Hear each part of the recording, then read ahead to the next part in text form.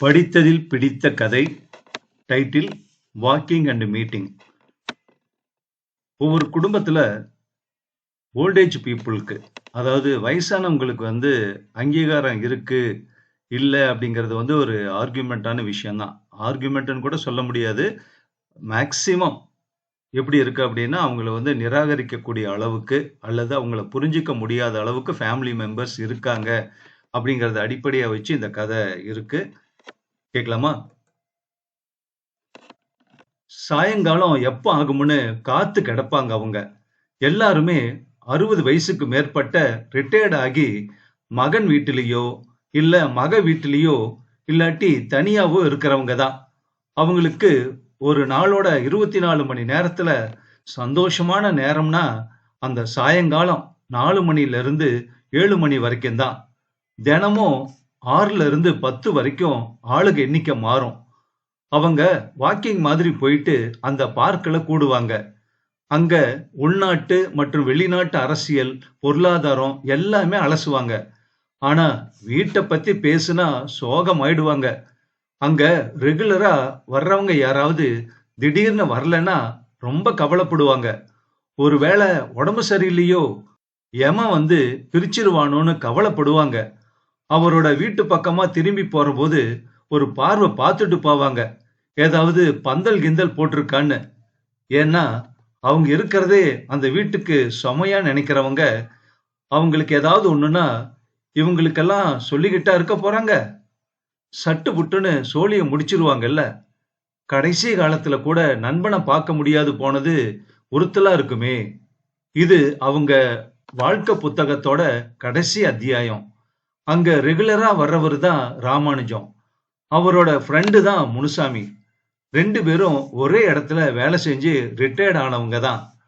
ராமானுஜம் ஆபீஸரா இருந்து ரிட்டையர்ட் ஆனவரு. முனுசாமி கடைசி வரைக்கும் கிளர்க்காவே இருந்து ரிட்டையர்ட் ஆனவரு. ராமானுஜம் வீட்டுல அவருக்கு நல்ல மரியாதை இருக்கு.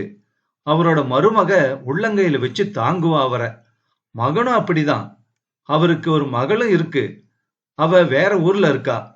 அப்ப அங்கேயும் போயிட்டு ஒரு வாரம் தங்கிட்டு வருவாரு ராமானுஜம். அவளும் நல்ல அப்பாவை கவனிச்சுதான் அனுப்புவா.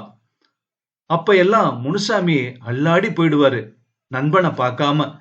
ராமானுஜம் சம்சாரம் இப்ப இல்ல, மகராசி பூவும் பொட்டுமா போய் சேர்ந்துட்டா. முனுசாமி தன்னுடைய சம்சாரத்தோட தன் மகன் வீட்டுலதான் இருக்காரு. அவருக்கு அவர் மகன் வீட்டுல கவனிப்பு ஒண்ணும் அவ்வளவா இல்ல. அவரை அவரோட மருமக திட்டிக்கிட்டே இருப்பா. இருக்கிற பிரச்சனையில இது வேற உசுர வாங்குதுன்னு. அதை கேட்கறப்பெல்லாம் அவருக்கு மனசு அப்படியே ஒடிஞ்சு போயிடும். நாம இப்படி பாரமா இருக்கமேன்னு நினைச்சுக்குவாரு. அத ராமானுஜம் கிட்ட சொல்லி புலம்புவாரு. அப்ப எல்லாம் என்ன மாதிரி இருக்கணும்னு பெருமையா பேசுவாரு ராமானுஜம். ராமானுஜத்துக்கு ஒரு ஆசை உண்டு. நண்பனை குடும்பத்தோட வீட்டுக்கு கூப்பிட்டு ஒரு வேளை விருந்து வைக்கணும்னு, தன்னுடைய பெருமையை காமிக்கணும்னு அவருக்கு ரொம்ப ஆசை. அத தன்னுடைய மருமக கிட்ட சொன்னாரு. அவளும் அதுக்கு என்ன, கூட்டிக்கிட்டு வாங்க, வர்ற வெள்ளிக்கிழமை மதியம்னு சொன்னான். அவரும் முனுசாமி கிட்ட விஷயத்த சொல்லி விருந்துக்கு கூப்பிட்டாரு. ஏற்கனவே ராமானுஜ வீட்டுல அவருக்கு இருக்கிற மரியாதை தெரியுங்கிறதுனால அவரும் ஒத்துக்கிட்டாரு. அவரோட வாக்கிங் நண்பர்கள் எல்லாம் போயிட்டு வாங்கன்னு ஊக்கப்படுத்தினாங்க. போயிட்டு சொல்றேன்னு முனுசாமி ஒத்துக்கிட்டாரு வர்றதுக்கு.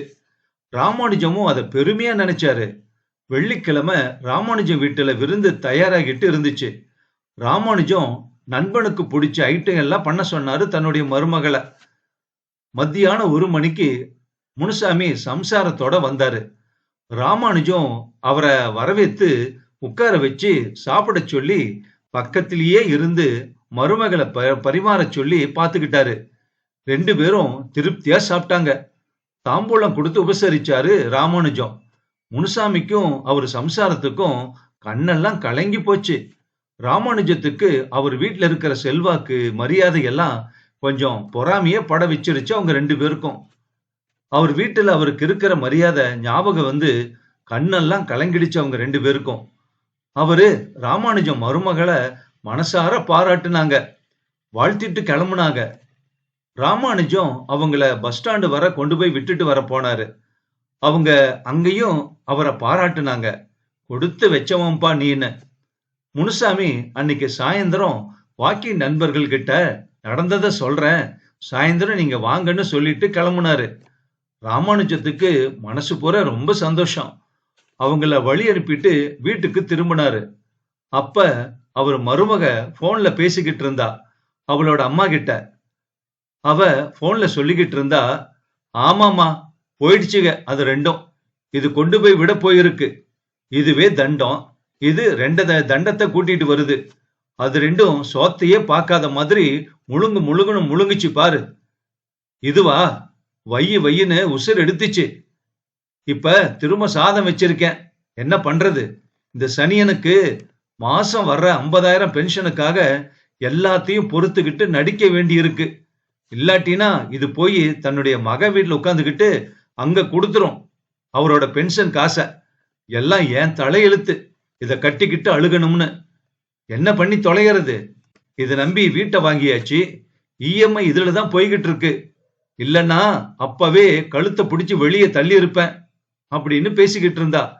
அதுக்கு அந்த அம்மா ஏதோ சொல்ல, இவ பண்ணி தொலைகிறேன்னு சொல்லிக்கிட்டு இருந்தா.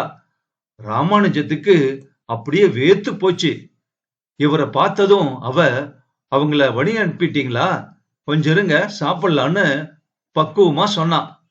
அவர் சொன்னாரு, வேணாமா எனக்கு பசிக்கலன்னு சொல்லிட்டு அவரோட ரூமுக்குள்ள இருந்த சம்சார படத்துக்கு முன்னாடி போய் நின்னாரு. கண்ணீரு தாரத்தாரையா அவரோட கண்கள்ல இருந்து ஊத்துச்சு.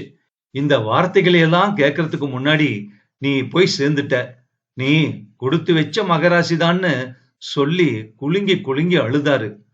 அவரோட சம்சாரம் படத்துல அது தெரிஞ்சுது. அன்னில இருந்து அவரு சாயங்காலம் வாக்கிங் மீட்டிங் எதுக்குமே போறதில்ல.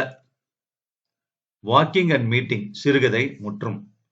இந்த கதையை எழுதிய கவிச்சிகரம் முத்து விஜயம் அவர்களுக்கு நம்ம சேனல் சார்பில் நன்றி.